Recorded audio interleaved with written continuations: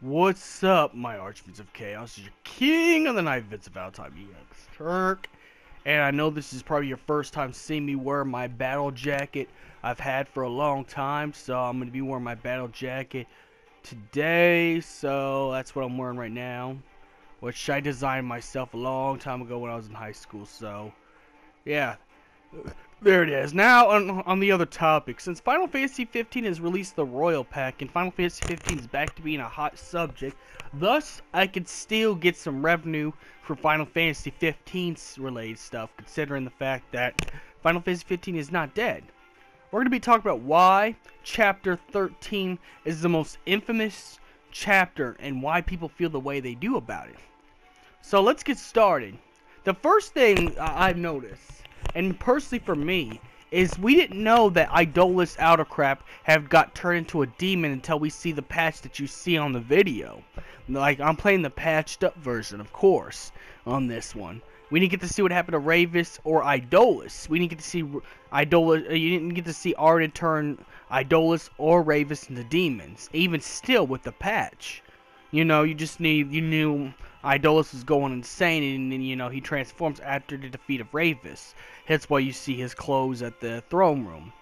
Not to mention, Chapter 13 had unanswered questions to some degree. You know, we had to actually pay $5 extra to know that Prompto was a Magitech demon, soldier clone from the chief scientist Verstel. We had to actually pay $5 for that episode. So that's another thing too. So Chapter 13 has also given us microtransactions, which I don't mean to rag on Tabata, because Hajime Tabata is actually doing good now. He's actually, you know, making the game better, but I do have to talk about why Chapter 13 was, you know, kind of garbage.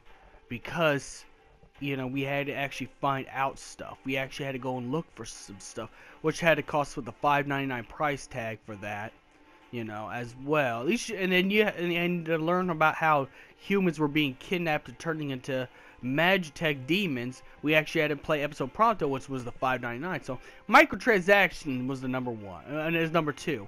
First, we didn't know what happened to Idolus or Ravis. We didn't know what happened to Idolus or Ravis.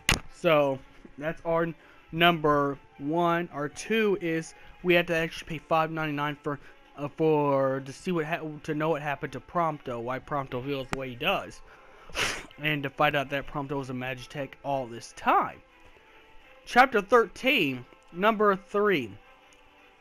It's good that it was long. I'm not gonna complain about it being long, considering the fact that it made the game more playable, and you gotta feel some time if you're gonna make a short game like it is, because Final Fantasy 15 was a short game. Let's be 100% real with ourselves. It was a short game, so you had to fill some time. So I'm gonna take the sin counter away from it being too long. As a matter of fact, it was good that it's long. But to get to the point where you wanna, I don't know, go to, in order to play the short version, you had to play the Gladiolus and Ignis patch only. You could not play the Noctis patch, or unless you want the game to take even longer. If you want the game to take longer, then you play the Noctis patch up. But, you know, in order to, God, I hate spraying.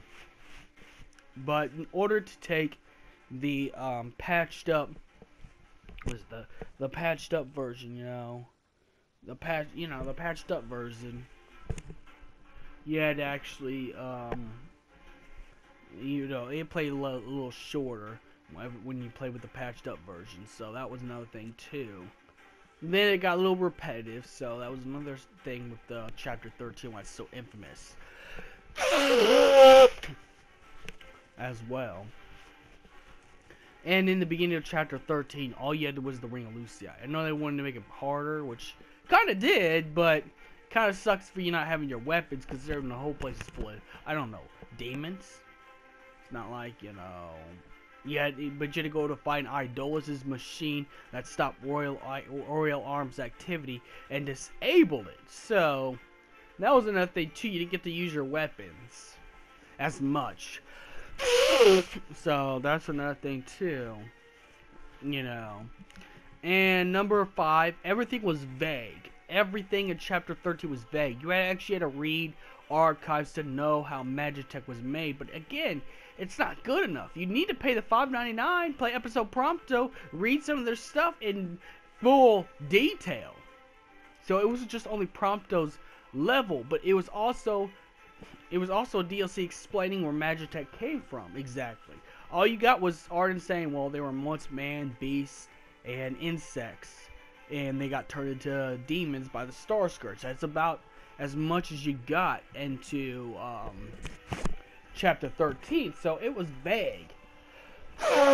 No one knew what happened in chapter 13. Sorry, not chapter 15, chapter 13. Alright, number 6 is definitely going to be a controversial one. I may get a dislike for this one. But the Idolus boss fight, if you're over leveled, was pretty much shortened if you're way over leveled. You know, it didn't take very much. In fact, it kind of ruined the scare factor of Ferois when you were able to beat him with your group. It only got Ferois, which is Idolus' demon form, was only scary when you didn't have no weapons and you had to run from him. But when you have your group, it's kind of an easy boss. You know, he's only relatively level 35. It's like, come on, man. How you gonna do an Emperor like that? He's the Emperor of Niflheim. You know? I'm not saying you're gonna make him strong as Ravus, because Ravus was obviously stronger in his demon form. What else? I'm trying to think. I'd have to be honest and say the reuse of Ravus and the reusage of Ravus Nox Fleury as the final boss for chapter 13. I mean, it's good because you were supposed to fight him and they programmed him Noctis to fight him, but you know, we like the episode Ignis Ravus boss fight a lot better than we did this one. But I guess they had to turn Ravus to a demon because he is the High Commander of the Imperial, and you had to finish him off and Idolus off to finish the Niflheim Empire off. So I understand, but it's a controversial view I have. Was the Ravus boss fight. Now, the one thing I will say that's good about the Ravus boss fight, the thing that was good about the Ravus boss fight was at least it was hard. It took, the first time I played it, it took me 14 high elixirs, 14 Phoenix Downs just to beat him at the first time. Though there is no harder level cap, unfortunately. So let's get to number 7, which is another reason why chapter 13 is infamous. I think it's 7 or 6, I can't remember. One of those two. But let's talk about when they copied Star Wars Episode 7, when they had, you know, Noctis on an island after his 10-year meditation, which skipped the whole game. Which, by the way, before I talk about Noctis and that island, let's talk about a $20 microtransaction to see what happened in between chapter 13 and 14. So, there you go.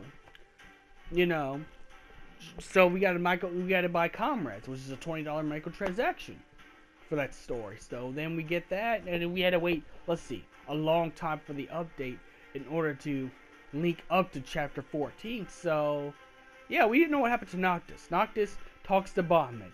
10 years has passed. Noctis looks like Kurt Cobain, you know, a little bit, like an emo version of Kurt Cobain. So, pretty much, you know, and then have that Star Wars scene where you see Luke on the island, so you see Noctis on the island, so it's copied other forms of media, which I gotta say, no, come on, Tabitha. I'm gonna be real with you, bud. I'm gonna be real with you. You're not American. I get you want to make this for the American players, and I guess you want to diversify, but you're not American yourself. You're Japanese. I'm gonna just be real with you. But nonetheless, it was the chapter 4, the pretty much just long loading screen. Oh, 10 years have passed. What happened in those 10 years? And you had to get an explanation from Talcott, which was, again, a vague explanation. And chapter 14 was too short because the Insomnia map was small. And what we had to do, we had to actually wait until they increased the Insomnia map. Thanks to Comrades, which we gotta thank Comrades because Comrades actually ties into the end of Comrades does tie into the chapter 14, thus making chapter 14 a lot. They make a chapter 14 a lot what's it called? A lot longer. So we had to wait for the Royal Pack, which a microtransaction again, $14 out of your paycheck.